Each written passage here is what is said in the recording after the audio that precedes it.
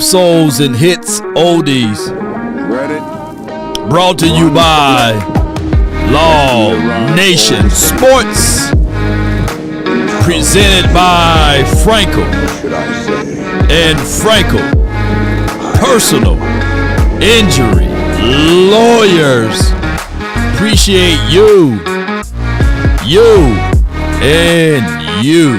And give me that good news. Good news, good news. I want to win. We've been wanting to win. But you got to understand the cost that is involved with all of this, Cowboys Nation. Yup. Come on. Ain't no party like a cowboy party. But what about a I want to win party, ladies and gentlemen? But before you win, you got to do this. Clean up, everybody, everywhere. Clean up, everybody, do your share. Thank you. And remember, sounds of soft souls and hits oldies brought to you by Come On With It and Sleeper. Come on. 5, 4, 3, 2.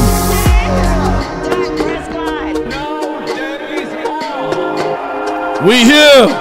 Are you not entertained? Is this not why you're here? We got people already donating. Come on with it, DP. 3, 2, and 1. Come on. Yeah. All right. Let's get it.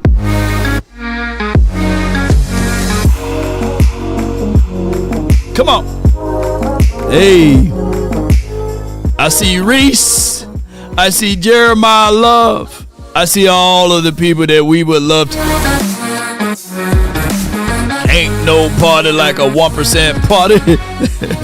Or 0.5, baby. 0.5 party, baby, because that's the chances.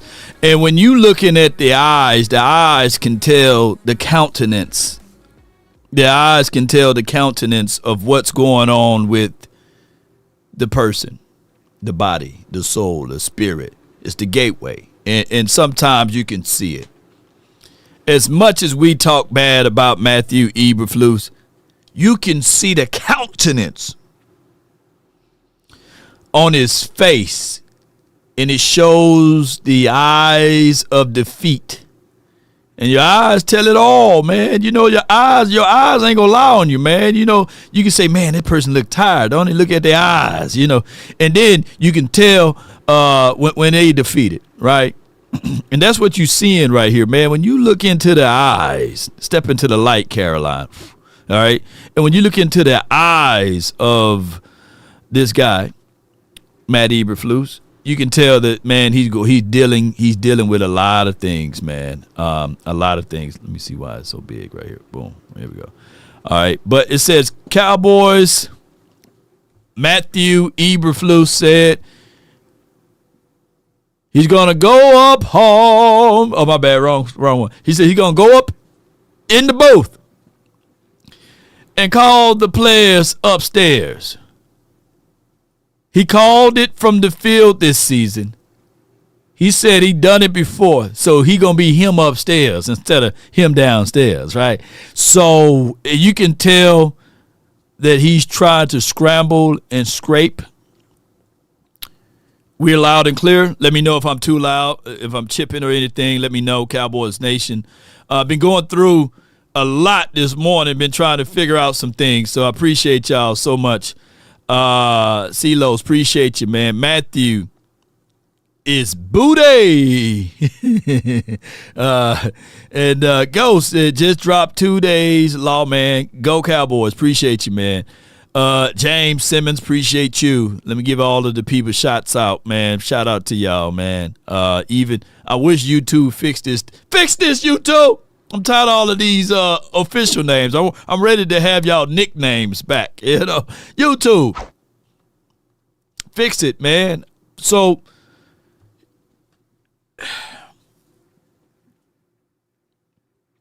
is it savable?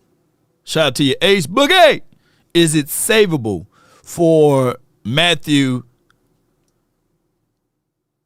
to keep his job?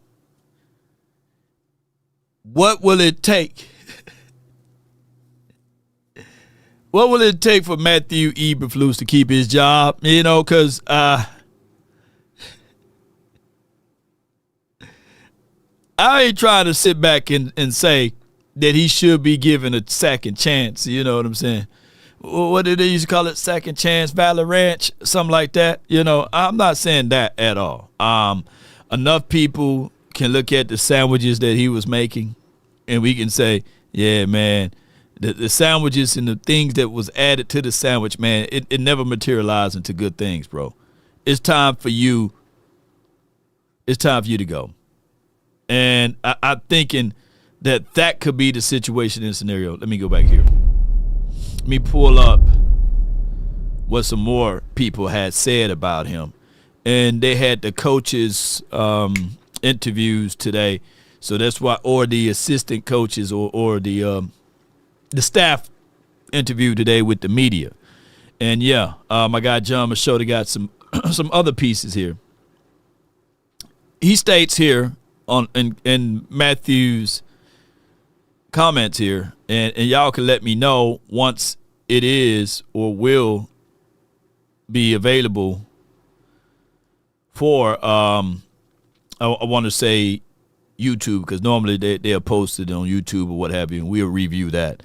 It states here, Cowboys Matthew Eberflus said he won't be on the sideline for the rest of the season.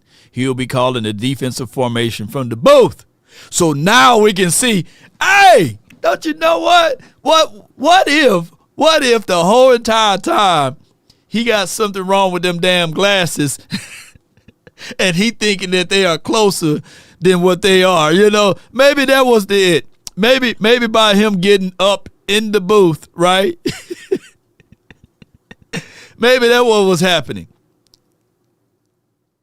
Maybe that's what happened, you know, that he thought that these DBs were a little bit closer than what they were, and his eyes were playing tricks on him, and he was like, yeah, that's about right. That's the right depths. Yeah. David, I can't say that. Bear 8668 says, Law, you sound like me. I hate when a person lose their job, but that brother, he must go. Eberflus, he must go, man. Yeah. You can only use the excuse that, man, hey man, I ain't had none of my pieces, man. Hey man, my button down was broke, man. I don't have all my pieces. You can only use that for so long, right? Somebody said, to the booth. Hey, when he goes upstairs to go into the booth, they're going to continue to send him like, hey, now what you got to do is go to the sky mirror, go there, and there's a package up under the sky mirror. You get that package, and there's some items that belongs to you, and you got to take them home and don't come back. You know, that's what they're going to do. They're going to send Matt Eberflus back to Pelican Bay. Yeah, he's up out of here, man. But you can tell, man, anytime you take the glasses off, right, and I'm not beating up Matt Eberflus or Matthew, by the way, but it states here, the Cowboys defensive coordinator, Matthew Eberflus, when asked about Jerry, saying the next 3 games would be a part. Say it with me, but you got to say it like Mississippi folks. Would be a part of the determining Eberflus' future here in Dallas. And this is a quote from him. He said, "This is the NFL, baby. Not for long. And everybody is being evaluated through the whole league. That's a part of the job." Evaluation for the nation. Everybody's being evaluated. But some people you already know that they good, right? Sean McVay, you know he ain't getting ultra evaluated whether or not he's on the hot seat or not, Matt. You know? And you ain't the Temptations. You know what I'm saying? You know, nobody ain't coming to see you. Take the money out, all of it. Yes, indeed, man. You know, he can't, Matt Eberflus can't get up here and y'all finna listen to my horrible singing, but he can't get up here and start singing, I know you trying to leave me, but I refuse to let you go. Now, if I have to beg, now please, not for your sympathy. You know, you can't start singing like that, Matt. Even if we beat the Chargers, and then we beat and steamroll the Washington team as well as the Giants, I think that, hey, you gone, bro, because at the end of the day, I know the day going to end, but at this part of it, beating the Washington and the Giants ain't going to save your job, you know. So that's just for what it is. Does he need a vote of confidence from the front office? And then this is what he said, y'all. I don't look for a vote of confidence.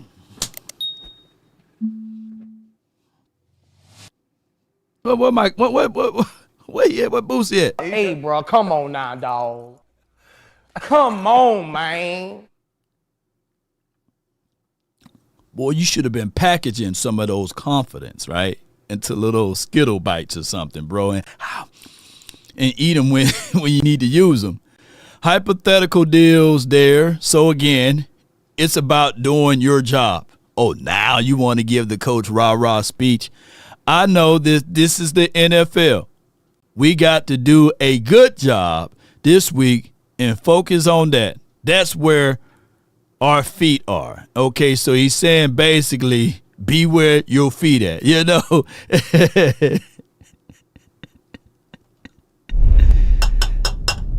It's over, man. I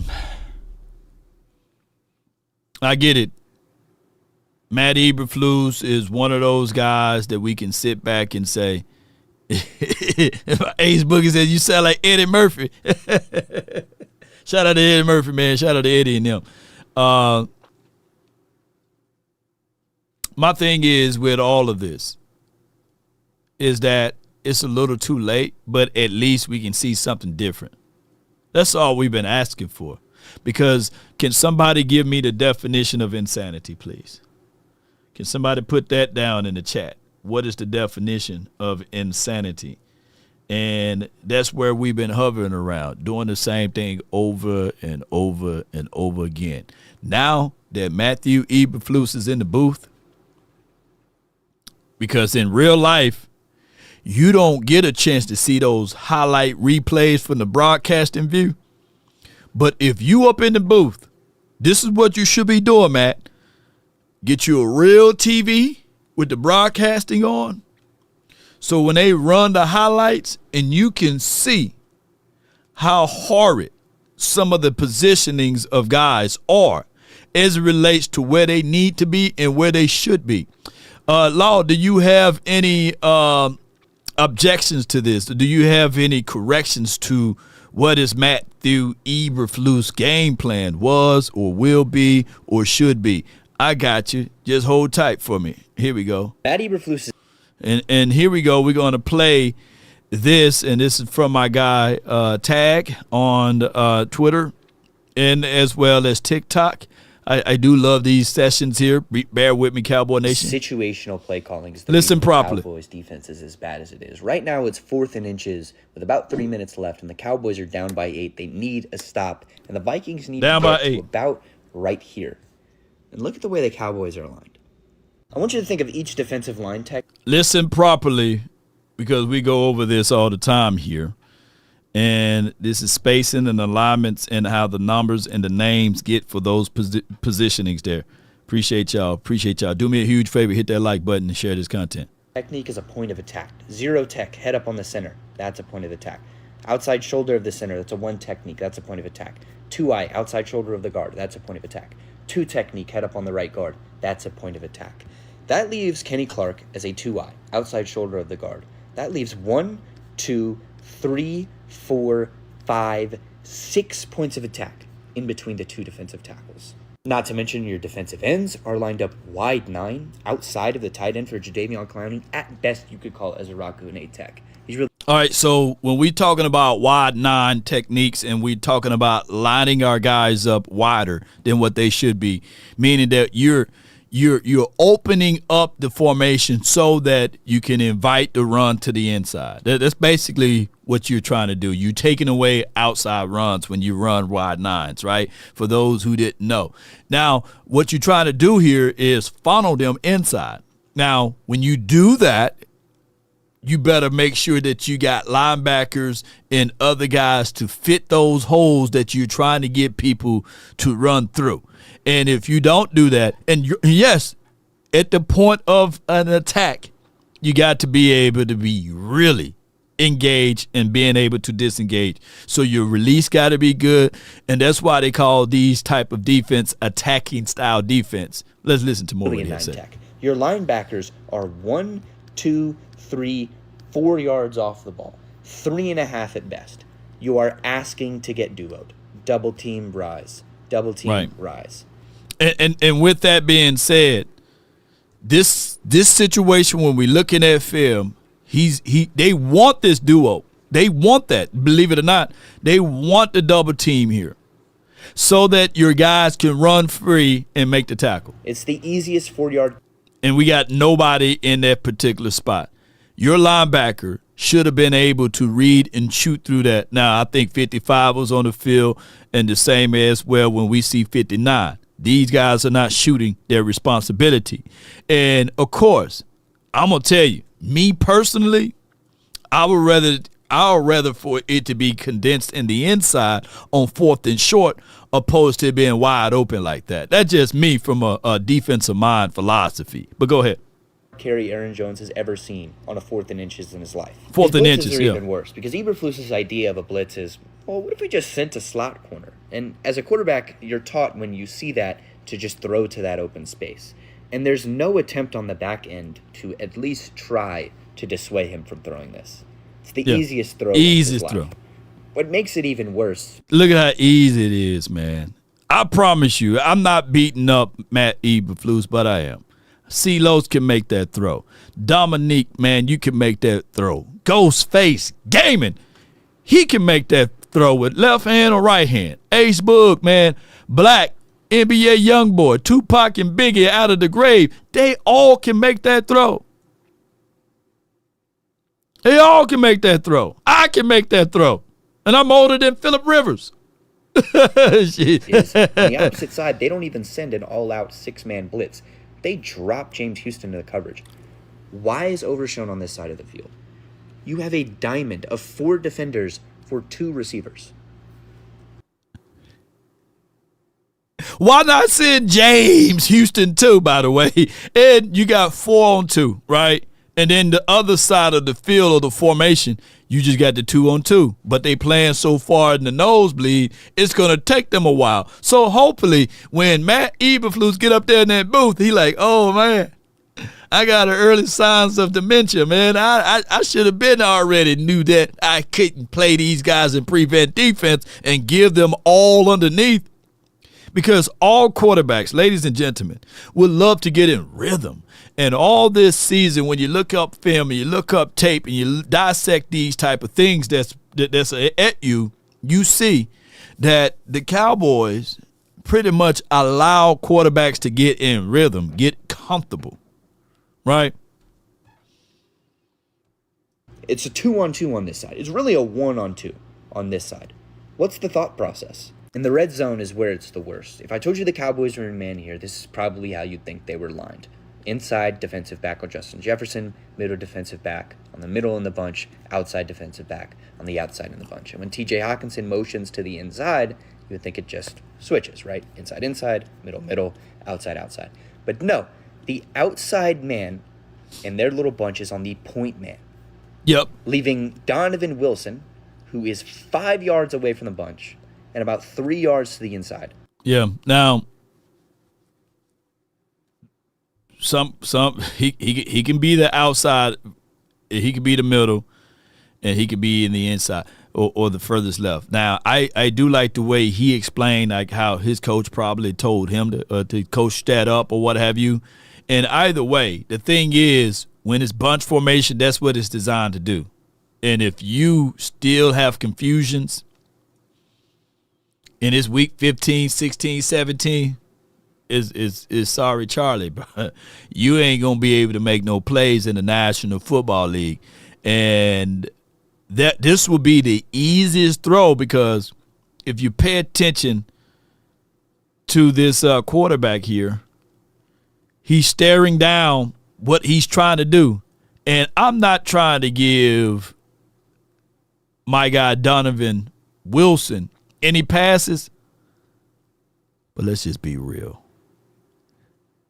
He can't cover, man, a twin side bed with a king size cover. You get what I'm saying? He can't cover, man. It's just for what it is. That's not his skill set, y'all. He's the safety by name on the depth chart, but he's a small edge rusher / linebacker. That's who Dono is. Dono is the longest tenured on this defense right now. I believe he's been here since 2019, or could have been here since 18, give or take. I think he's been here since 2019. He's just not that guy to cover, right?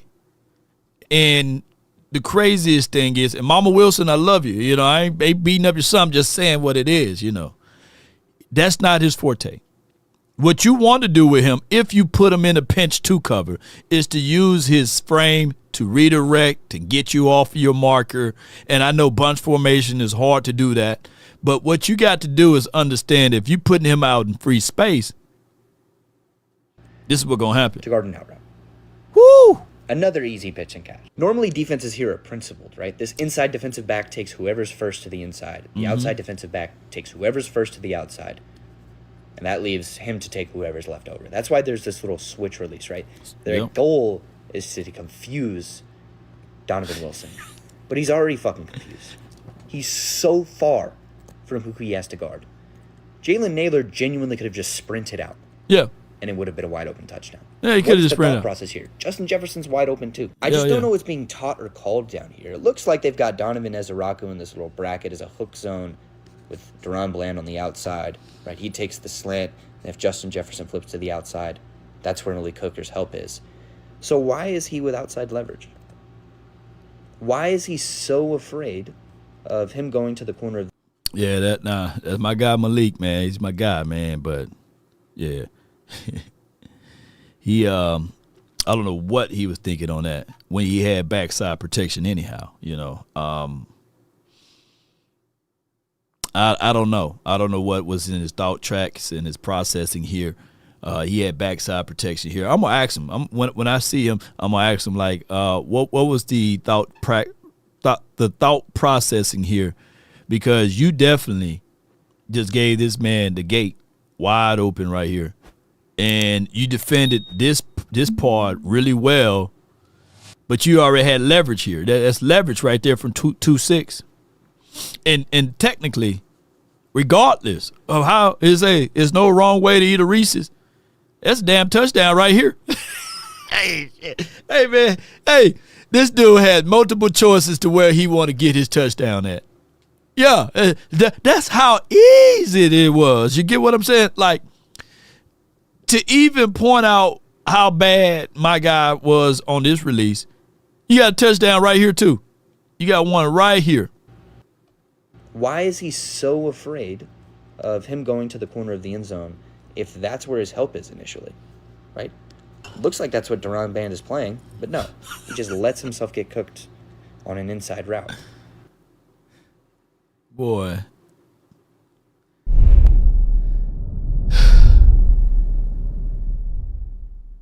What are we doing, man? Jalen White says, Law, are you saying that he's like a Roy Williams? Poor man's version, right? I mean, Roy hit you and you feel it for weeks. The NFL said, you know what? We gonna change the rules for this thing right here, man. You know, allow allow the opposition to catch the ball. This is how crazy it is to dissect the new ruling of NFL.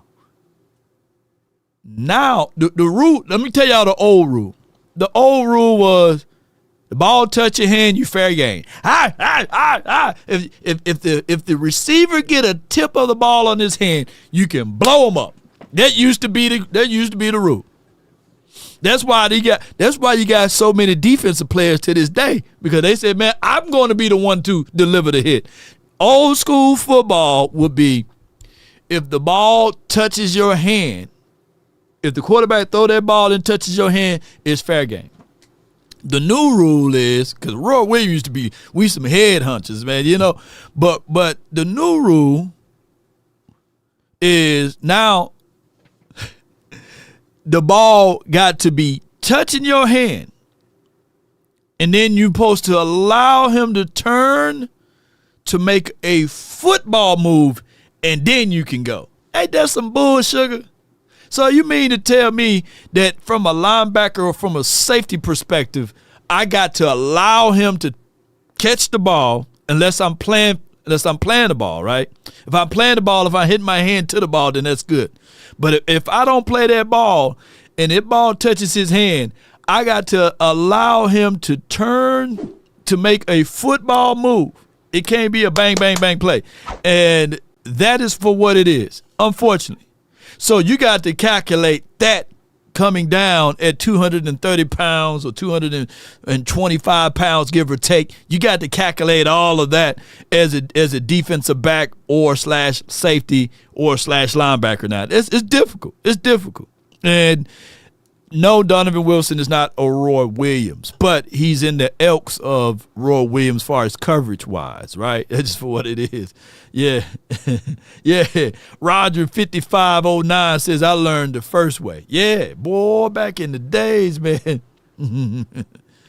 I know back in the days, boy, that ball hit the fingertips. People used to say, hey, he touched the ball. He touched the ball. Yeah. My guy, Toxic Tom Law, I effing hate losing more than I enjoy winning. Losing is acceptable here. That part are bars, right? And Toxic, you wild, but you're right. You know, we hate. It took me at least about 3 days to get off of this damn loss, because what made the Minnesota loss worse than any loss that we had this season is because all the rah-rah talk.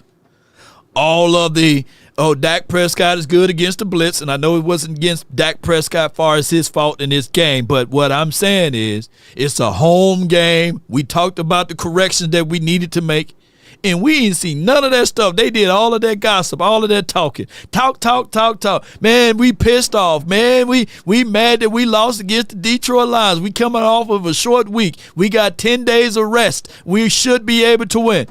We went into that Vikings game, and the Vikings way below 500. They brought more people and fans to that particular stadium. It was more purple people eaters than any Cowboy fan in the stadium. To a point when it was a big play, I'm sitting here leaking like, yes! I'm like, wait a minute. Oh, it's for the damn Vikings. No! You know, so that's what makes me mad. And I get it.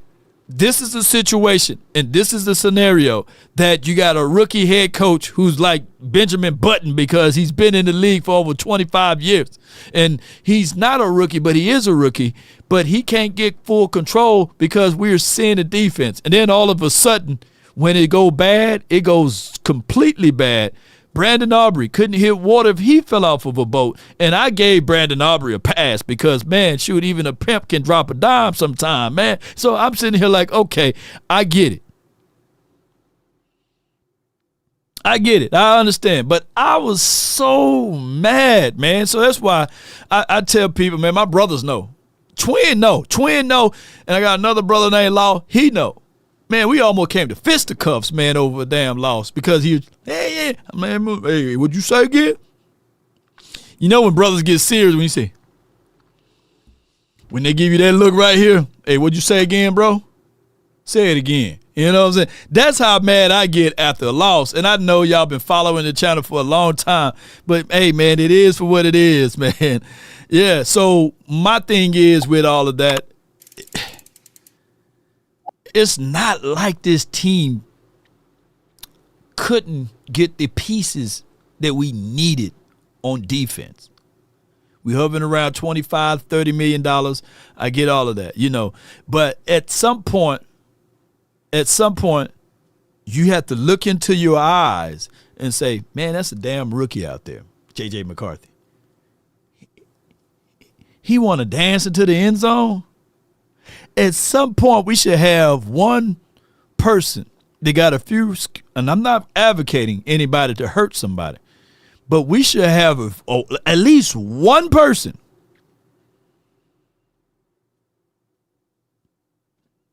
to say, you know what? All right, I got you. Mm-hmm. Oh, you think it's nice like that?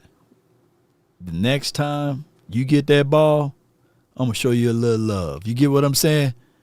We need that one little animal, man, you know, to make him pay, man. That's how it's supposed to be, man. Yeah, but then that kid, man, he was carving us up, man, like a Ginzu blade. And it is for what it is. Has Matt Eberflus made Schottenheimer first year harder? Let's talk about that once we get back from this break right quick. Sleeper is the #1 fantasy sports app. It pays to know sports. Pick more or less on top players. Your first pick is on us, so start winning now. Play in Texas, Georgia, Minnesota, and 27 more states. Pick anytime across all sports, pregame or live. Over 10 million players are already on Sleeper. Make your picks count. Score up to 1,000 times your cash. Join today. Get up to $100 credit using code LAW. Call your shot on Sleeper. Download now. Download now. Come on, audio. Download now and use promo code LAW. And once you do that, $20 is going to magically appear in your account. You would think that I'm some type of magical person over here. But, you know, $20 from me to you. And then with that $20, ladies and gentlemen, when you deposit $100, they will match it up to $100 on your first initial deposit. So be sure to check out our proud partners, Sleeper, and that's the #1 fantasy app in the world. So be sure to help support by doing such. And it don't take much. Like whoever the quarterback is for the opposing team, go with more for them. Did I say that out loud? Oh, my God. Free game, though. Free game. Don't y'all know how much money y'all? Big money. I like it. I used to have pros. Come on with it. Don't y'all know how much money y'all will have if y'all just follow my advice on that? Was Let me see right here. So Brian Schottenheimer was at the podium yesterday. He said, look, I'm making it clear we want to win. The plan is to play Dak the rest of the season. He was also asked about Jerry on our show Tuesday, basically putting Matt Eberflus on notice these final 3 weeks. Yeah, I think at the end of the day, Ed, we all understand the business is the National Football League. You know, I think Flus is a great coach. We have not played well enough in that area. But my biggest thing is, you know, I've been Flus. I've been through those people, you know, saying, hey, what about Shotty in this? He said, I've been Flus.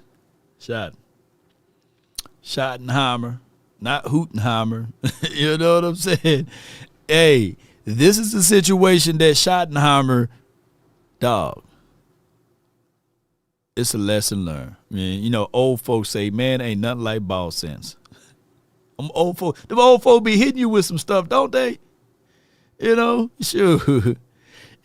Old folks, you be going through a bad moment, and they will literally look you in your face and say, baby, you think this bad, just keep living. You be like, wait a minute. This is bad right now, man. Nah, baby, just keep living, baby. Everything gonna be all right. Trust in him. Just trust. He is able, baby. He is able. And then something good happened. Baby, I told you about 3 weeks ago that good times are right around the corner. This too shall pass. And you be like, man, Them grandmas be knowing, man. Yeah, that's part of it. We're used to it. So my job is to help Flus and the entire staff to come up with a great game plan and try to play the best we can these next 3 weeks. And that's what I'm committed to doing. He should be fired for that alone. Brian? Flus. Wow, Bobby turning on Schottenheimer. No, Flus should be fired alone for that. Hell yeah. Got that man stuck, scrambling and scraping. Got a super chat. At Regina Green, $427.10. Boy, I'm I not wish. letting Shati off the hook. We really can't see a difference between his play calling and McCarthy. We didn't have a red zone offense at all.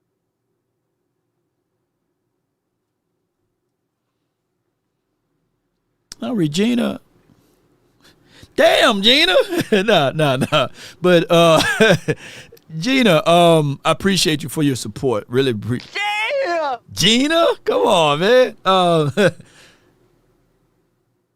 I like Shotty a whole lot better than at least Mike McCarthy. You know, Mike McCarthy would have been saying just like anything, just like anything.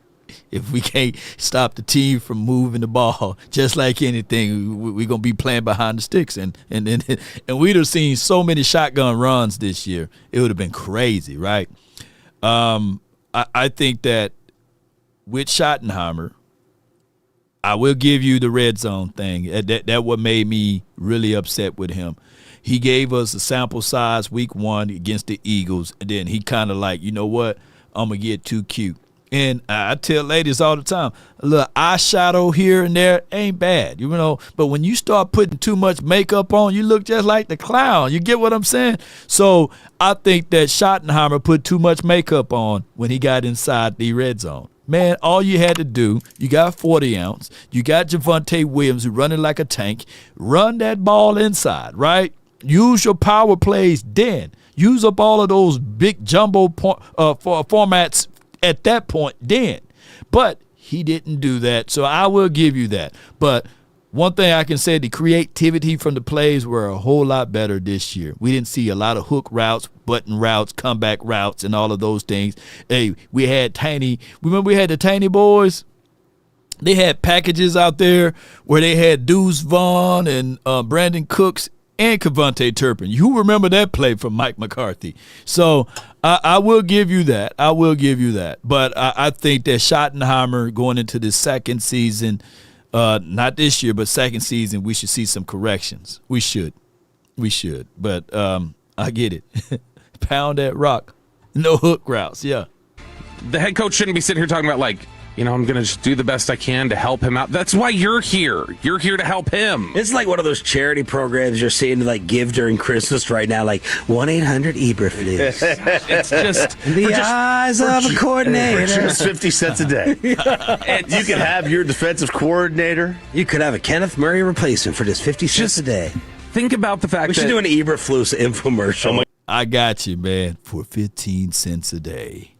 You can have 400 yards if you purchase this Eberflus package.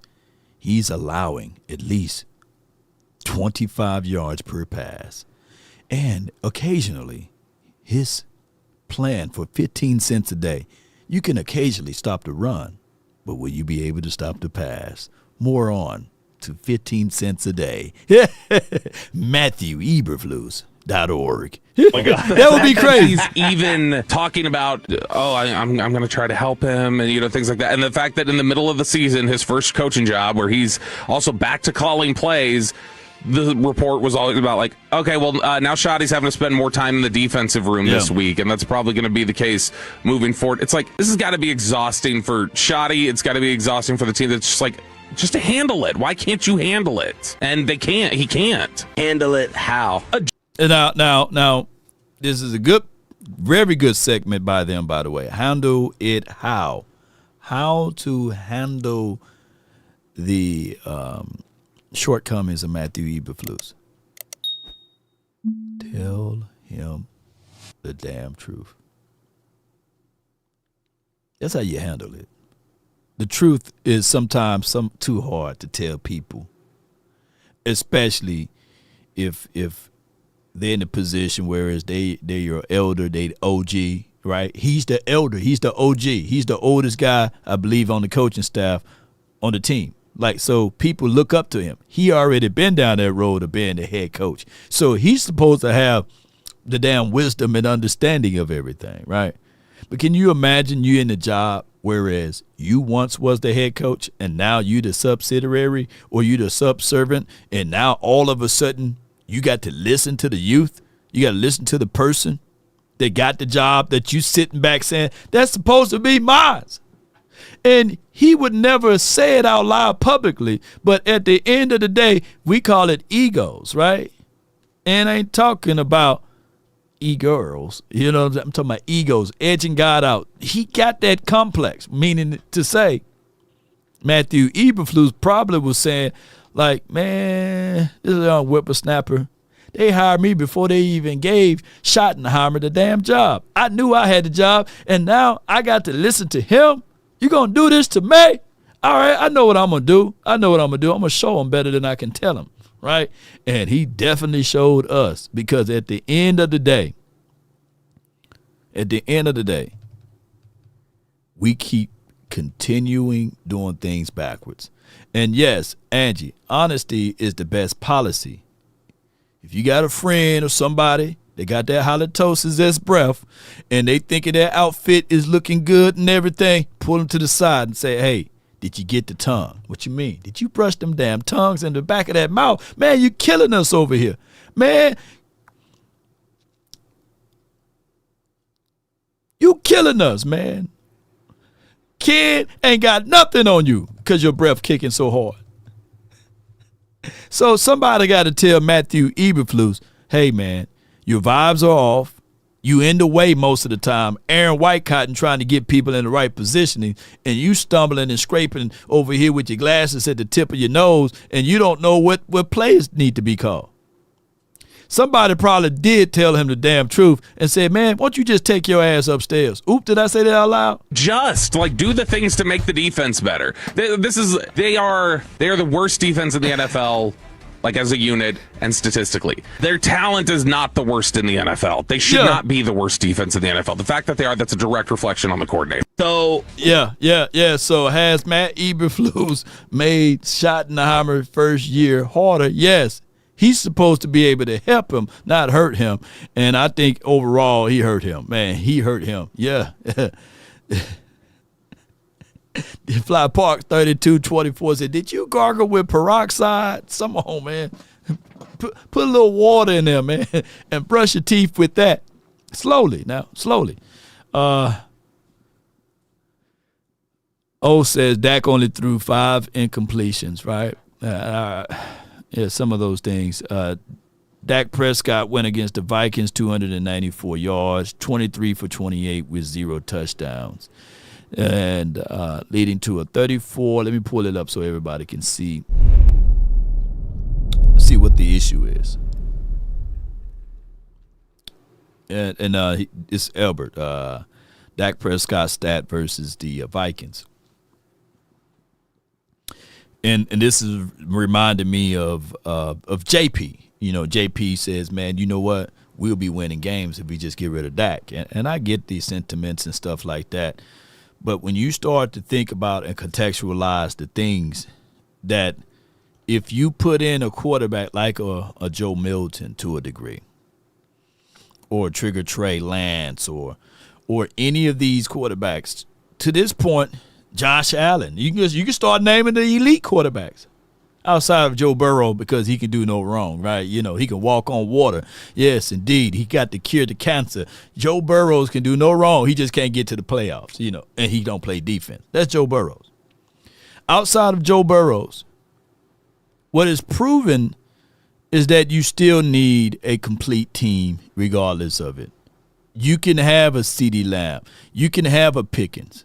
But you can have a situation where you got all of those pieces together, but if you don't have time to throw, you just don't have time to throw.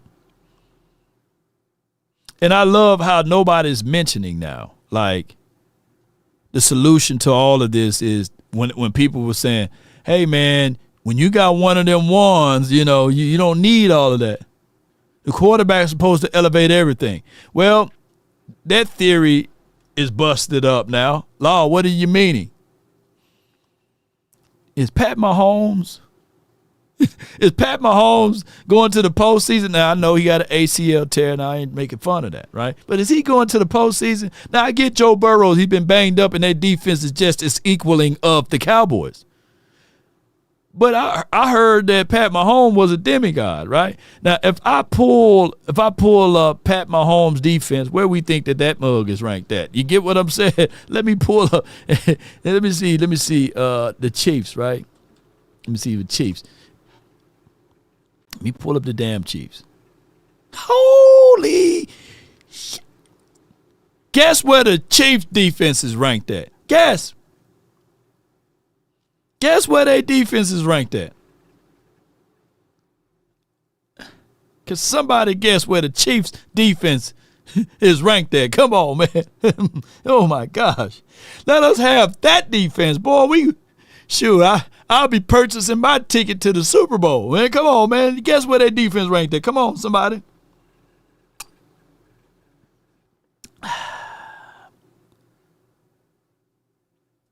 Eber, I guess, Pat Mahomes. Chop says 20th. 23rd. Lower. It's not 32nd. Yeah, Toxic Tub. It's definitely ain't 32nd. Roger. Go ahead and start Roger. Yeah. Roger, the closest one. But, their defense.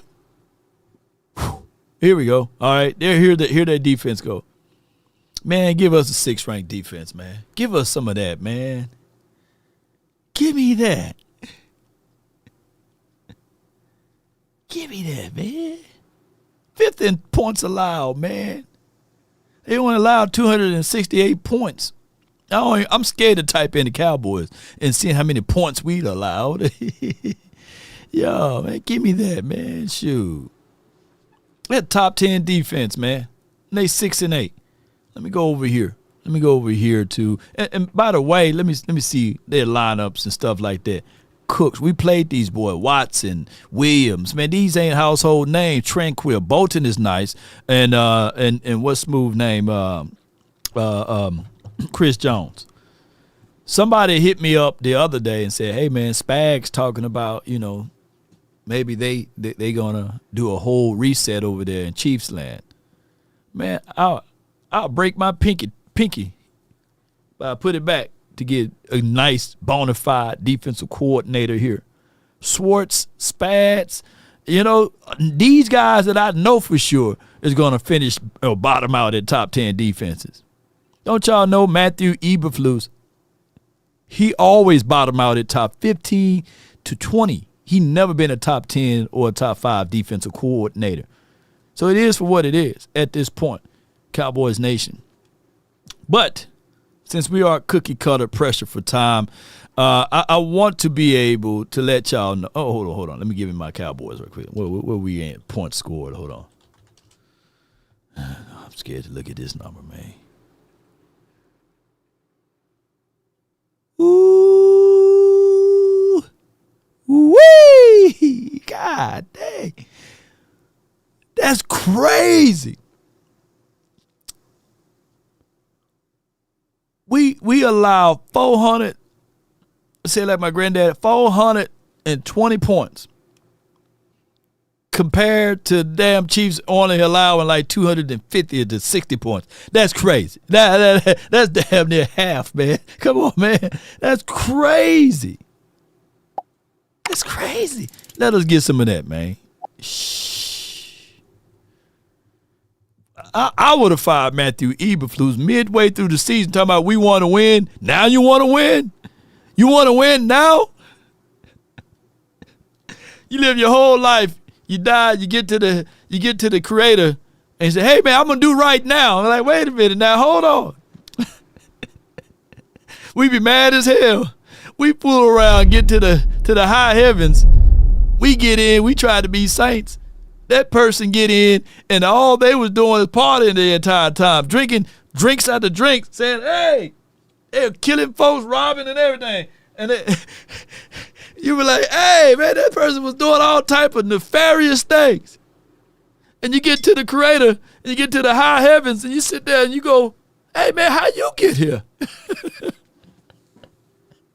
Hey, man, I changed myself, man. You know, at the last second, man, I'm in, man. You should be happy for me.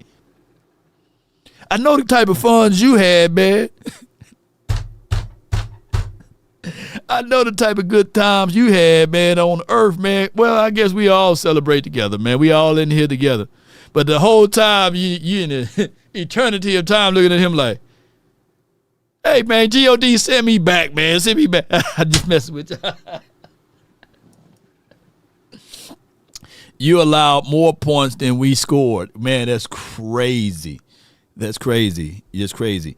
With that being said, let's get to this part right here of the conversation, because are we any good enough to get things going, Cowboys Nation? Because I know we talked about the draft. We talked about yesterday, late last night, we talked about things that could transpire in this draft. And my only thing is, I'm not trying to get too deep into the draft. Excuse me. Until I know who the defensive coordinator is. It'll be wasteful time burning through all of this tape and film, and they say, you know what, we bringing Matt Eberflus back. You'd be like, dang. Or you burn through all of this, and then they say somehow the Browns have agreed to give us Jim Schwartz. That'll be dope, right? So it's one of those feelings, and it's crazy. Aaron Lewis said, Law, it is over. But this is what I'm going to say. Because I'm cookie cutter pressure for time. If you in Dallas and someone rear ends you, they run you off the road, and they say, hey, it's over. Nobody going to take that case. Let me tell y'all something.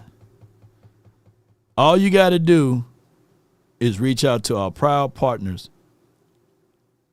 like this. It starts from the first phone call. Most of the time, you're going to talk to Gene Burkett, a 30-year partner. You're not going to talk to some employee that just got put on the phones that day. There are things that are so crucial, especially if it's a cataclysmic event, to have our experts get out and look at the vehicle, witness statements, photos, the whole thing. And they Call understand Frenkel the cost. Chosen by the people, feared by the insurance companies. Call Frenkel first. Gene, Scott, Mark, Frenkel and Frenkel personal injury lawyers, back with a combined of 100 years of experiences, located here in the heart of the DFW. Be sure to reach out to our partners, and they would take great care of you, not advantages of you. They located here in Dallas because they know the heart, soul, and sinew of the people that's in the city. Now, if they run you off of that road, right, somebody run you off the road, and you don't got no ability to call that 817 or 214 and all threes, well, do me a huge favor. Just do me a huge favor. Just visit FrenkelFirm.com.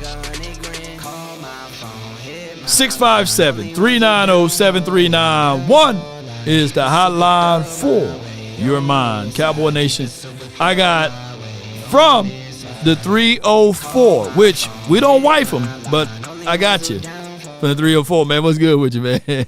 What's good, Law? What's good, Law? Man, look, I told you back when we got rid of Q, when we first traded for Q, I would rather go ahead and throw the towel in because I saw it coming.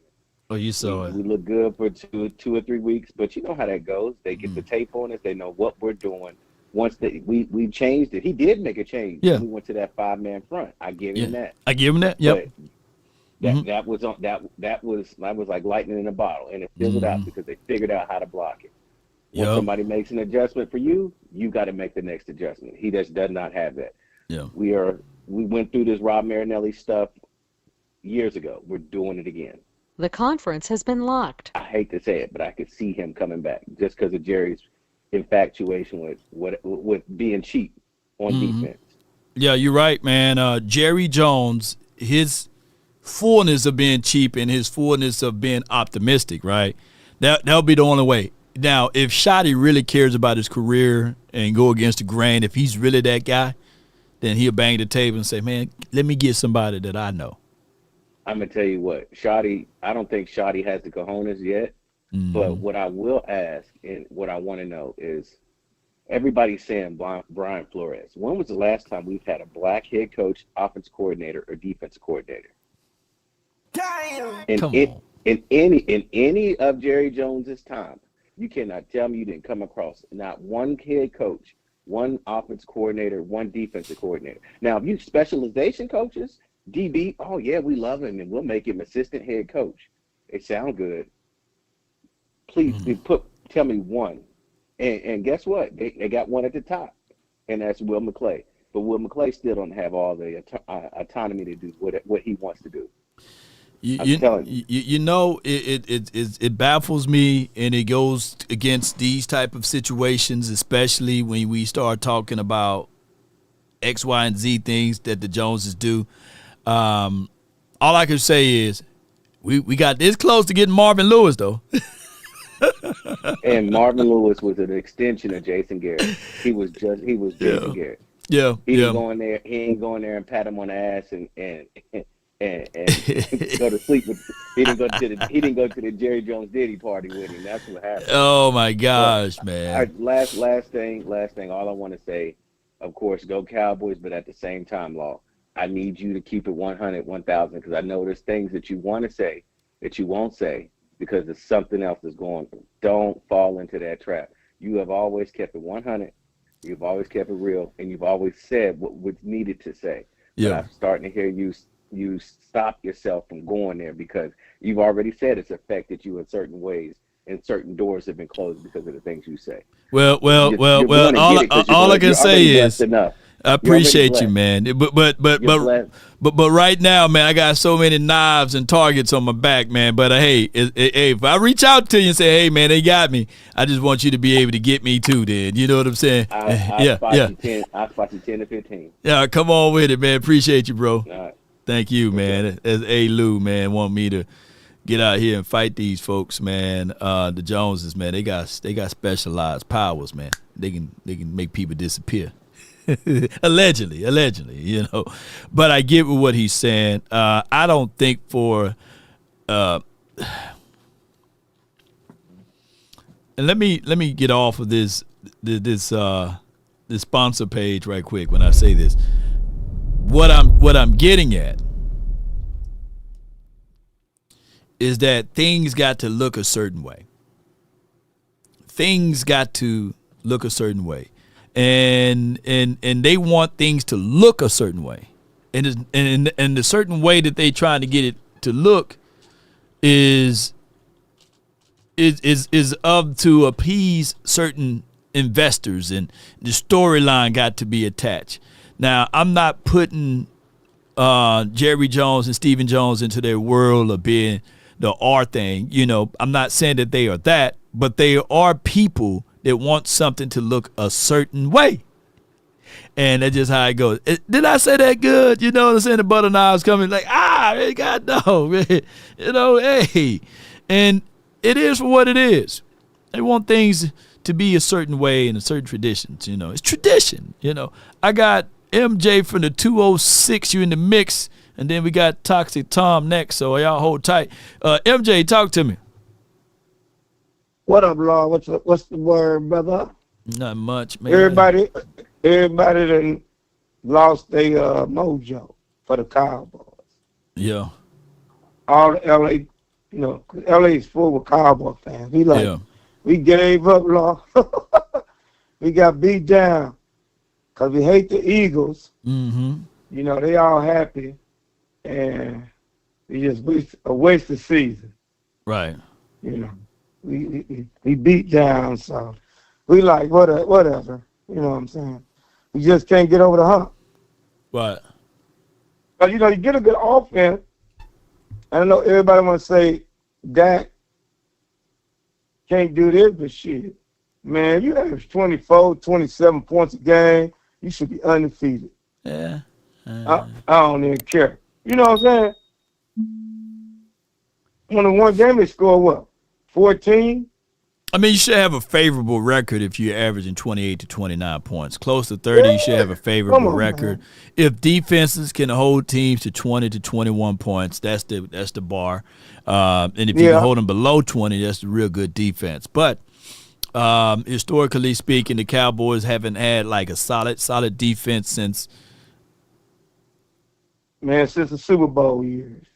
That time frame, or you can talk about Dave Campbell. That defense, remember I tell you, look, remember that game? Remember I told you the Tony Romo game when the Giants went to the Super Bowl?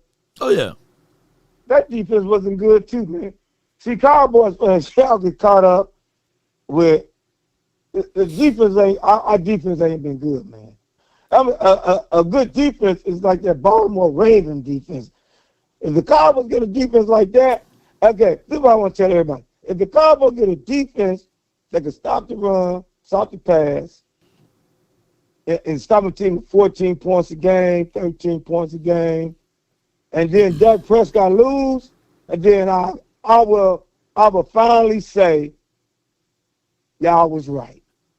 You know what I'm saying? I get what you're saying, but I don't want people to look at like the overall total sum of what the Giants did in 2007.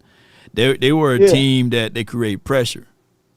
That's what they were. The record. We beat them twice. Yeah. The one Super Bowl that even Green Bay got from Mike McCarthy was when they snuck into the playoffs, right? So what I'm saying is, and then the 2 Super Bowls that Big Ben Roethlisberger won, they snuck. I think they snuck into the postseason. So it's all about getting hot at the right time. At the right time. At the right time. But when you look at Michael Strahan, there's nobody in this chat that's gonna say that he was sus. On that 2007 Giants team. And Osa Manure and all of them boys, man, them boys were coming at you. They had some bona fide ballers. At the right time. Guess what? Guess what they didn't have, And I ain't beating them up, but they didn't have damn near James Houston and them. You know what I'm saying? I mean, they didn't have the guys that we have here. Now, granted, Quentin Williams, when you start thinking about Kenny Clark and all of them boys, yes. But them guys, that wasn't their first time playing together, right? They've been playing together, and they had a stern, hard-nosed coach who, believe it or not, everybody in Giants land, they didn't like him. The players didn't like him because he was too stern on them. Yeah, and he adapted. Go ahead. And look, I was nervous too because I did not want to, because they snuck in the playoff. Remember? I said, please don't let them make it because we beat them twice that year. And it's hard to beat a team 3 times. But when we started off, it's like we was going to blow them away. Yeah, but I'm still pissed off at goofball 84. But in closing. In closing, man, we just need some help. Hope we get a good defensive coordinator. Like I say, I think I hope we get the Denver coordinator. That's what they talking about. And his scheme is really good because he can play a 3-4 and a 4-3, and he know how to make his corners play good. You know what I'm saying? To get our corners back playing right. And I think we could do something. But how about them Cowboys and Philly suck? No doubt, man. MJ, my God, man. Man, he calling in like I had this channel in 06 and 07. You remember, man? I was telling you that. I'm like, wait a minute. Yes, indeed, boy. In 2006, I graduated from Jackson State. In 07, I was looking for jobs, man. I was trying to get in. Damn. MJ done brought it all the way to the past. All right, I got Toxic Tom from the 717. You're live on the Nation. Toxic, man, talk to me. Hey, how's it going, Law? First off, you better show some respect to MJ Sports, if you know what I'm saying. You can't miss shows, people. Miss MJ Sports, you ain't lying. Less than 1% chance MJ's saying, give me the parlay. It's going to happen. It's going to happen, man. We going straight there, man. We going to win all of these. Yeah, but MJ, you're a national treasure, man. So keep doing what you do. Love your blind optimism. But let's get down to brass tacks on this. Come on with it. You know, I try to evaluate head coaches on the goods and the bads, and I look at Shoddy as an offensive coordinator. There's a lot of things I really like that he did, but you're not an offensive coordinator, man. You're the guy. You are the head football coach of this team. And you preached about this is your only chance. You've been waiting decades for this. And you're going to let your legacy take a hit because of some fucking carpetbagger DC that can't adapt for shit? Come on with it. Guys, you are in a league that is built on alpha males. And if I'm a defensive player right now and I'm hearing Shoddy at that podium, I am losing respect for him by the day. I don't give a shit what this guy has to say. Then why do you keep this toxic shit in our home? You clearly see this guy's the weakest link. You clearly see that this guy refuses to adapt. You clearly see why the Chicago Bears got rid of this loser. Right. And yet you're going to come out there and preach about winning? Man, get fucked. You have no problem with that because I'm out there playing defense and I'm looking bad because this guy is clueless. You can't, look, you can't preach winning and then keep this cancer on your team. And at some point, you are going to have to be a man. And you're going to have to put your nuts on the line because you are the shit filter between you and the front office. And all I see right now from Schottenheimer is you're a great offensive coordinator. You are a cuckold. You are straight up unsullied that will just take his beatings and do whatever the old man tells you to, and you're going to keep this shit in your locker room, and you're going to let your players' heads get kicked in because you have no power. If that's who you are, man, dude, I don't want to play for you. Right. I don't care about you because I'm going to get the blame somehow, and I'm going to find a way to get the hell out of here so I can go effing win and get paid. At the end of the day, it's this, Shoddy. You are your own man, and this is your chance to leave an imprint. And if you are going to just sell your soul to these people just because you want a chance, then you are no different than Jason Garrett, Wade Phillips, and all these other used car salesmen that have nowhere else to go. So if that's what you are, own it and keep your cute little ping pong table because I don't want to hear you about winning because when it comes down to winning, you sometimes need to be the fucking bad guy. That's all I got to say. Y'all have a great holiday. Happy holidays. Have a safe holidays to you all, except the Flus family. Buy a U-Haul truck because you're going to need it. No doubt. That's Toxic Tom, man. Epic rant, man. The man is amazing. And he's speaking the truth. Like, don't give us lip service. Maybe, just maybe, we can, and I'm still I went to a 7.5 with my guy, Matt Eberflus. Not Matt Eberflus, but Coach Shoddy. And now I'm thinking that he's back to 5.5. Let me see if I can pull this up correctly, though. Let me pull this up. If I can find this post, man, it'll be right on par with what we trying to. Ooh, I think I found it. I found it, y'all. Ooh, it's gonna be good. I hope it don't got no background music. Hold on. All right. This fits right on in. This fits right on in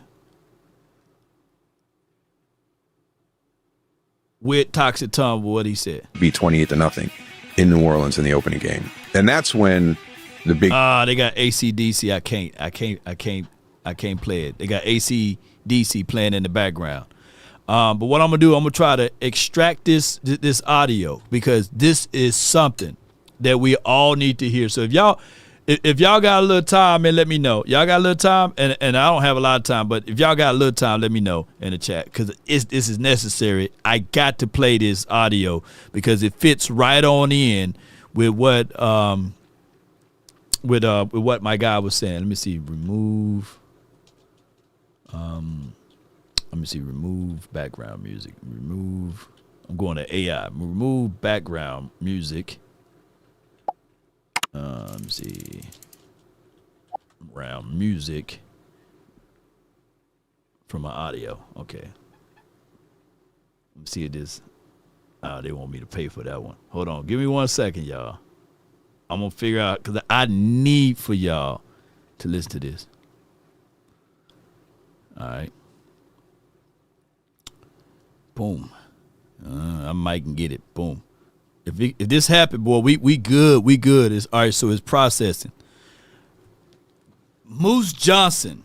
I'm give y'all the backstory because it is literally saying the things that Toxic Tom just talked about. It is literally saying those things. Let me see if I can get it right here. Boom. Hold on. We're almost there. All right. Let me see. We got beat 28-0 in New Orleans in the opening game. And that's when the big shift happened. I remember that Monday meeting, and I remember Jimmy getting in front of the group and saying, when I came to the NFL, I talked to a lot of different people about how to do things, and they talked to me about some of the differences between the college game, the professional game, and how you got to manage, handle the player because he's not an 18 to 22-year-old. He's a 23 to 34-year-old. Jimmy said, I gave you guys way too much leeway. Obviously, the way that we have approached things up until this point have been wrong because we just got beat 28-0. We didn't tackle well. We didn't block well. We didn't do anything fundamentally well in that game against New Orleans. So starting Wednesday, we will start doing things the way I believe they should be done. Y'all heard that. This is from the coach that really gave us the 3 Super Bowls. He gave us the 3 Super Bowls in the 90s. He said that he came at this approach one way. And after the Saints beat the brakes off of him, he said, man, this is not going to work. That's what real coaches is about, man. Not with the way that other people think they should be done. So I'm just going to let you know right now, get ready for Wednesday. And then that was it. And we kind of went through the game film, and then you did your day off and workouts on Tuesday. And we were all really nervous about what Wednesday was going to be. We got beat 28-0.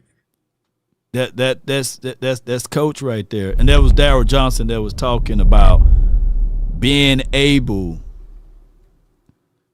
to be in fear of the head coach because they didn't know what's going to be waiting. And I know a lot of this is going to go over a lot of people's head, but there was a lot of times that Shotty, he tried to protect the players. And I get it. That was about 35 to maybe 36 years ago, when Jimmy Johnson first got here, So, yeah, about 37 years now, shoot. He got here in 89. So, yeah, about 37, 38 years ago. And he had to realize that, hey, the way I'm coaching, I'm getting dog walked, man, 28-0. I got to change up the way that I'm approaching these guys. Moose Johnson, man, is phenomenal. All right, we got the Zeta, not Beta, from the 205. You're live on the Nation. Talk to me. Yo, man, I missed the stream last night. I said, man, he ain't going to get on there. I wake up in the morning and I see he was on. I was on. Man. Yeah. So this how the season's going to play out. I don't even know why I got excited after we lost to Arizona. I should have known the season was over with right there. After we lost to the Cardinals in our own crib, I should have known it was over, man. So I'm done. I'm done for the year. Ain't no playoffs, and that's pretty much confirmed at this point. I don't even know if it's still 1%. It might as well go ahead and be 0. No, it's a 0.5. 0.5% chance. 0.5, well, that's close enough, Just roll it up and smoke it, man. Come on with it. Yeah, just go ahead and get it on out the way. I got to say, though, man, on the behalf of this season, I like Shotty as a head coach, but Right. It's just something off. Like, Law, do you notice every single time the defense gets stopped, the offense don't score? It's wild. Yeah, I haven't noticed that. Like, just keeping track. How many times did the defense got turnovers, rare turnovers, and we don't do nothing with the ball? I hate seeing that. Like, you got to take advantage of every possession you get with this defense, and they still don't understand it. Yeah, but the only thing is that do you think that Dan Campbell is a good coach? Yes or no? Yeah, I say he's solid. He's solid. But did you see how many games he won his first year? Like 2 or 3. Yeah, it was they bad. They were terrible. Bad. And of course they pivot, and it takes time to build your culture and your mindset. I'm not saying that Dan Campbell is so far ahead of Shotty, but I can see some things that he's going to have to make sure when he goes and do his self-inventory of himself and his team that he's going to have to look into the mirror and say, man, I got to do what Dr. Tom's just said, manned up a little bit. Yeah.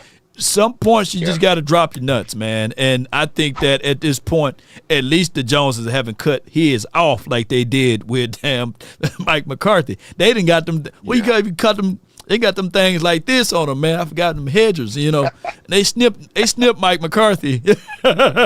so he just got to work on red zone. He got to work on red zone, and then he got to be able to be more assertive. In my opinion. Right. And I want to talk about Jaden Blue and the inconsistencies about the coaching staff on how they bench Jaden Blue and you didn't see him no more. Mm-hmm. But this man, Jake Ferguson, every single time he touches the ball, it seems like he loses it. And that brings me to my next point, Law. That boy Kyle Pitts, I think I looked up his contract the other day and they said he on the last year of his contract. Would you get Kyle Pitts for Jake Ferguson and replace him? And a crackhead cocaine heartbeat, man. I'm sitting there like, hey, Because I was thinking, if we ain't going to get George Pickens back, well, like replacing him, I think Kyle Pitts is a good replacement for George Pickens if you ain't gonna pay him. So you would love to have an ideal of a team of without George Pickens, CeeDee Lamb, and maybe so here you go. You have CeeDee Lamb, CeeDee Lamb, Ryan Flournoy, Trayshawn Holden, and Kyle Pitts, right? If you ain't gonna pay GP, I think you should go and get Kyle Pitts. I had to look at Kyle, some more of his games, man. You think that he is a better option than GP? I'm just saying, like, if Jerry don't want to pay GP however much you want, then you got to replace him because every single time Dallas lets somebody go, they never get replaced. Here's what I want to do, bro. Here's what I want to do. And the damn front office, I pray that they do this. I don't want this to be dragged out all through the offseason where you pay him, where you're not paying, where you pay him. And I get it. Jerry been burnt, man, when he paid people really early. It just somehow he still get burnt. But damn it, man, that's the price of doing business. I would rather for them to just go ahead and rip the Band-Aid off. What do you want, GP? Okay, we can't give you this, but we can give you this. You know what I'm saying? And be done with it. Yep. And go into this season, go into the draft. Go into the draft knowing that you got Pickens, and you got CeeDee Lamb, and all you need to focus on is fixing this damn defense. I don't want us going to the draft talking about, hey, man, is Matthew Golden 2.0 can do something for us, I don't want that. Nah. And before I go, I got one last point. What I want in the draft, it should be all on the defense. And I want to ask you a question. I got 5 players in the draft, and if they all on the board, you pick 2. Sonny Styles, Arvell Reese, Avion Terrell, Delane, or it's another one. Or do you want to get Peter Woods, another defensive tackle? Now, if I was fake, I'd lie to you and be like, yeah, man, give me Sonny over all of them boys, But I haven't chance to watch all of those guys yet, So only saw snippets like highlights of Arvell Reese and as well as Sonny, but that's only like not even diving into concepts and what they're trying to do. So I ain't gonna be fake to you, man. I don't know who will it be. So let's put a pin in that and then ask me once the season is all the way over with, even though it's already over with. Technically, to a degree, then I give you a clear answer, bro. I promise you I will give you a clear answer. All right, though, Law. But I think we got to get a cornerback because I heard you saying, like, you want to talk about the draft when the season's over. Like, if we get a new defensive coordinator, you're going to have to get a new corner. That's just superior. Yeah. That's on the table. I mean, you don't have to really know who's going to be the defensive coordinator to look at Caleb Downs, and if he's there, then you break your hip to get him, right? Yeah, like certain players, Caleb Downs. Caleb Downs. If we get him, man. Bye-bye, Dono. Bye-bye. Dono, look, hey, I love me some Donovan Wilson, but all these folks on defense, we got a whole lot of Jags on defense, just guys. They can go ahead and hit the dough, man. Man. Go ahead and go. Put it like this. Who's our leading sack leader right now? James Houston, right? He got 5.5. I don't even know, Law. Yeah, James Houston. That's how many sacks Dono had last season. Dono had last season 5 sacks. He's not being utilized right. You're supposed to just use Dono as a heat-sickling missile. He don't supposed to be in nobody coverage. And I'm not saying I'm trying to keep Dono here, but I'm just saying he's just not being utilized correctly. And just the same as with Overshawn. These guys ain't being used, man, correctly. Oh yeah, and that's why I want to go get Sonny Styles, another player who can complement Overshawn. Just in case he go down, we can have some insurance. You know, if you got Mears next year and Logan Wilson, if they play him, yeah. Know what? I ain't even gonna get into next year because next year is next year. But that's all I gotta say though, Law. I'm gonna let some other people get in here. Now, how about them Cowboys? We still riding, man. Still riding with them, man. Appreciate you. I got Will, man, from the 662. Hold tight. But I just want, this coaching staff been so piss poor and terrible that it's hard to evaluate some of these guys, right? Like, for sure, we knew who Elam was, though. And for sure, we knew kind of, sort of, what Carson's was able to do and some of these other guys. But can you imagine if Al Harris was able to get his hands on Shavon Revel? And I'm not taking away from Nashawn Wright, but if you see what he can do, can you imagine Shavon Revel and Al Harris being able to teach them boys up? Complete difference. Davey says, Law, we definitely need that coach before the draft. We do. So we can understand what they're trying to do. And that coach that we bring in, they need to say, okay. Oh, you don't need, because you don't, what you don't want, and what the Cowboys been doing, is you don't want to overdraft. You don't want to overdraft. It sounds like I made a point right there. We overdrafted in that tight end room. There's no rhyme or reason for somebody to break it down to say to us, hey, we ultimately needed a schoolmaker, right? We draft without a plan with Mozzie. Right now, it's supposed to be Mozzie's year to shine or what have you. We overdrafted in that category because of the simple fact we never got him on the field, and we seen that he never materialized into anything. There's a lot of guys that we overdraft on, and if I pull up that sheet, man, I'm going to tell you, it's crazy. I got for the 662, man, you live. Will, talk to me, man. Well, what's up, man? How you doing, man? Man, I'm great, man. I'm great. Man, they got to get rid of Matt, man. And I believe they're going to get rid of him. With the way Jerry talked, and Shotty said something yesterday at the press conference, he said, we know this is a business. When the coach said that, they already been talking. Yeah. Yeah, true that. They already been. When Jerry get out on talk yesterday talking about, J.J. McCarthy, we made him look good like he basically a all-pro quarterback. They know they finna get rid of Matt. Yeah. That's why they move him up front. But why you wait till the last 3 games we eliminated for you to make adjustments to him to go up front and see what's down the field, see how it look? It's too late now. Right. It's too late. Just let him play it out and get rid of him at the end of the season. But you can't bring him back. Yeah. He literally cost us from being in the playoffs. We got a top 3 offense. I look at Dak number. Dak is number 1 and number 2 in all categories in quarterback. Yeah, I saw that post. Yeah. He's sitting at home, man. He gonna be sitting at home. That's a spoiler riches right there, man. There's people that's going to the postseason saying, "Damn, I wish we had some of this offense." Right? You're right. Man, I'm not talking about the guy, but you got Caleb Williams, Bryce Young, Jordan Love to a certain degree, man. You got all these quarterbacks, Jalen Hurts. You got all these quarterbacks that's mid, man. And you got elite people like Dak and Mahomes and shit. They sitting at home. Lamar Jackson. And right now, he gonna sit there. He'll be sitting at home. It's just, but it's like I said, it's our defense, man. They need to fix that. Yeah. Now, one more thing, Law. I know we missed Talk to me. Yeah. I don't know if you pay attention to Mississippi State. But it's a corner named Kelly Jones. He was my hometown, Clarksdale, Mississippi. Okay. 6'4". He's Damn. projected to be a first-round pick. I don't know if he's coming out this year, but man, Kuiper got him a top three corner in the draft if he come out this year. Man, them Delta boys is different, man. Man, Clarksdale, Mississippi got a history of NFL. We got the second most NFL players from the state. But Kelly Jones, 6'4" corner, long. He physical. He got good ball skills, man. Go check him out. Watch his highlights. If he come out, Cowboys need to look at him. Because him and Shavon Reveal, and that'll be nightmares for receiver.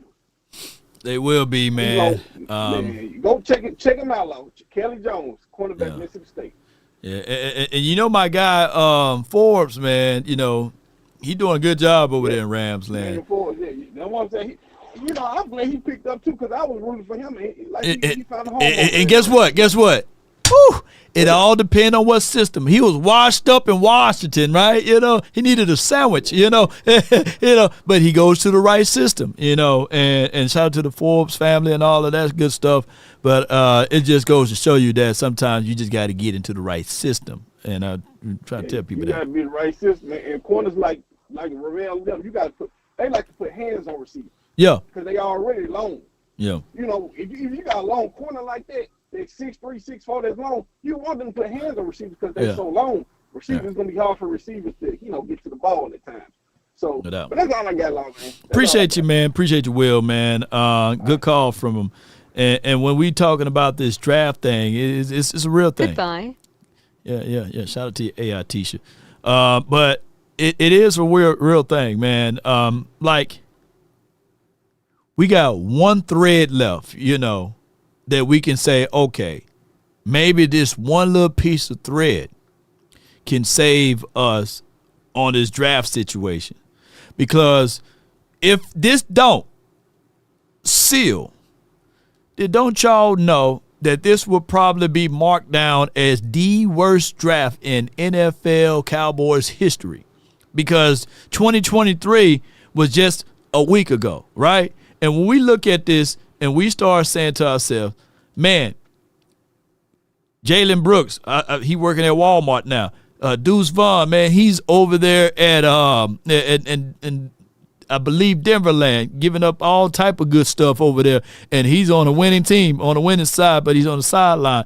Eric Scott, man, he's Uber eating. Awesome, you know, he's not that awesome. Fihoko and them, man, he's at the resorts now. Schoolmaker, man, he's on the last leg. Mozzie, man, they talking about getting rid of him in Jets country. The Marvion Overshown is the only one that can probably save the 2023 draft, man. And that's what we've been waiting for, the draft. Everybody say, hey, Law, things going to draft. But we better not draft like the 2023. We better not draft like 2023. And it better not look like even when we contextualize 2024, and I'm not finna talk about the 56 pick, but Justin Rogers, we brought him back, and he still had flats. Nate Thomas, hey, he don't show no promise. Now, my guy, Ryan Flo, Mears Leofow, he been in the doghouse. We hit with Cooper Beebe, right? There's a big old question mark on Tyler Guyton. And then Carson's, man, we can put a question mark there, you know. So I'm just saying, man, you know, and I like we said, Demo is real, but y'all get what I'm saying. And Harper gone, Ridgeway gone, Damone Clark. Hey, man, people got a big old question mark on the $90 million Deron Bland. Matt, well, let's go. Come on. Tolbert, man, I'm telling you. And, hey, big question mark on my guy Sam. That's just for what it is. We hit with Tyler. So right now, man, our batting average, man, is getting crazy, man, as this time progress. Tommy and them, he gone. Phil Maffa, he hurt his shoulder, and I was watching some old highlights of Emmitt Smith. He played with a separated shoulder, and this kid, about 2 times as big as Emmitt, couldn't even get out there with a bad shoulder. You know what I'm saying? So we got a question mark on Phil. Jay Toya, hey, we know it's still young. Johnny, Blue, people may be out on Blue. I don't know. But this draft class 2025, man, they better figure something out. That's all I'm going to say. Baby. Draft a real left tackle. I saw Tyron Smith run the other day, and I was sitting there saying to myself, hey, is there any way we can just bring Tyron Smith back, you know? But it's too late now. Water under the bridge, Cowboys. We got an event tonight. I would love to see y'all beautiful faces at this event. It's going to be at the Shasha's in Addison between the hours of 6 and 10. We're doing a toy drive giveaway, and we're giving back to the community. If you guys can make it, it will be a plus for us, man, to see y'all beautiful faces. Holiday in black, and journalists give back. This Jesse Holly, we're going to be having helping hands and him giving away. Well, all you have to do is bring an unwrapped toy to enter, right?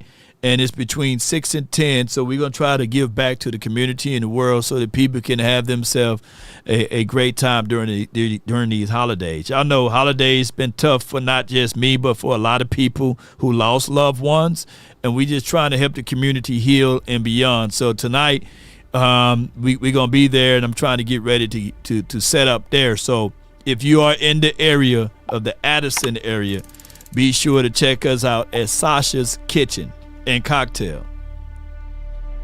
Ladies and gentlemen, boys and girls around this globe, I really appreciate you guys. Juke says every pick won't hit. Well, that 2023 draft, I'm just we just trying to get that one pick to hit there, you know. Overshow. We need for you to hit. Because how many picks we had in 2023? 1, 2, 3, 4, 5, 6, 7, 8.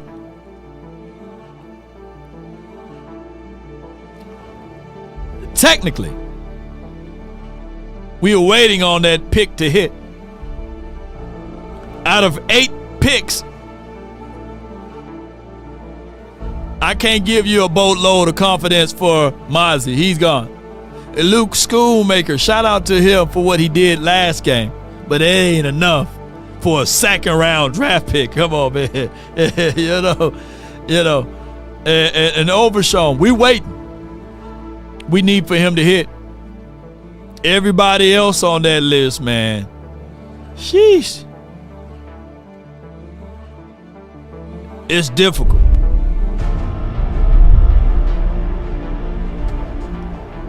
Very flawed way to build a team is to rely on the youth to do these things.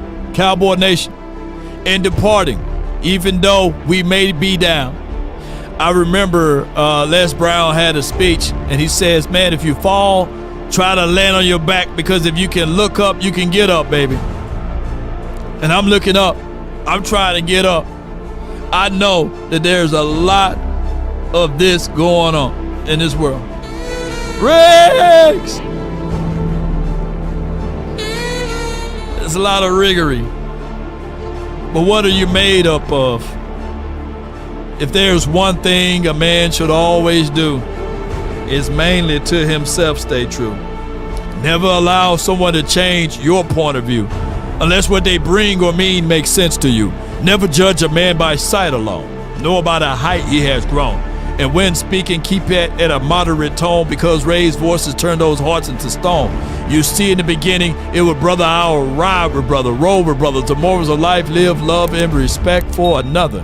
Then there are those who will try to be smart. They would take the decent man to alter his heart, to seek to rip him apart. Those men you should never call a friend, because they bend their lies around the truth to meet their end. That's been my time.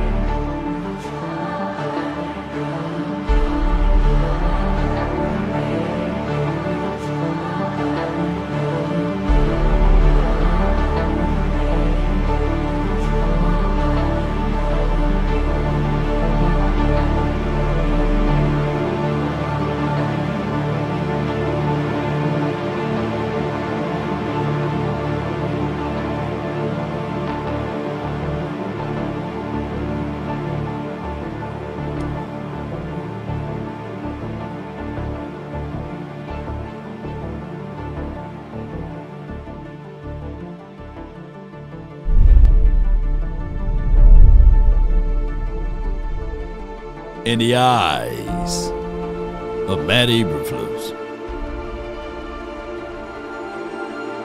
Until next time.